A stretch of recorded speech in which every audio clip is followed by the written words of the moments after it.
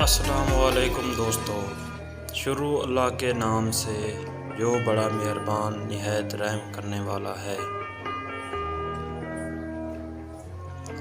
مصائب کا مقابلہ صبر اور نعمتوں کی حفاظت شکر سے کرو۔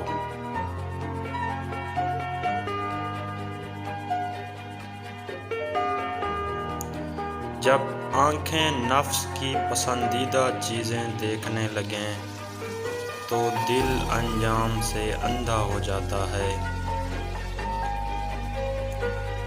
لوگوں سے یاد کرنے کا شکوہ مت کرو، کیونکہ جو انسان اپنے رب کو بھول سکتا ہے وہ سب کو بھول سکتا ہے۔ جو ظلم کے ذریعے عزت چاہتا ہے، اللہ اسے انصاف کے ذریعے ذلیل کرتا ہے۔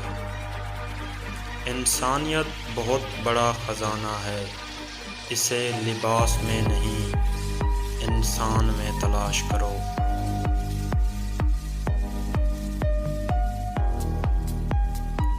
جب کسی شخص کی عقل کامل ہو جاتی ہے تو اس کی گفتگو میں کمی آ جاتی ہے۔ صبر کی دو صورتیں ہیں، جو ناپسند ہو اسے برداشت کرنا اور جو پسند ہو اس کا انتظار کرنا۔ زیادہ مذاق کرنے سے آدمی کی عزت چلی جاتی ہے اور لوگوں سے دشمنی پیدا ہو جاتی ہے۔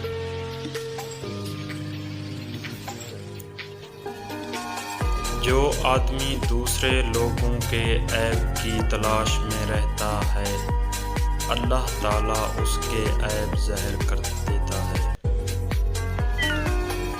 سب سے پہلی عبادت یہ ہے کہ انسان مصیبت میں صبر کر کے اللہ تعالیٰ کی طرف سے مدد کا منتظر ہو۔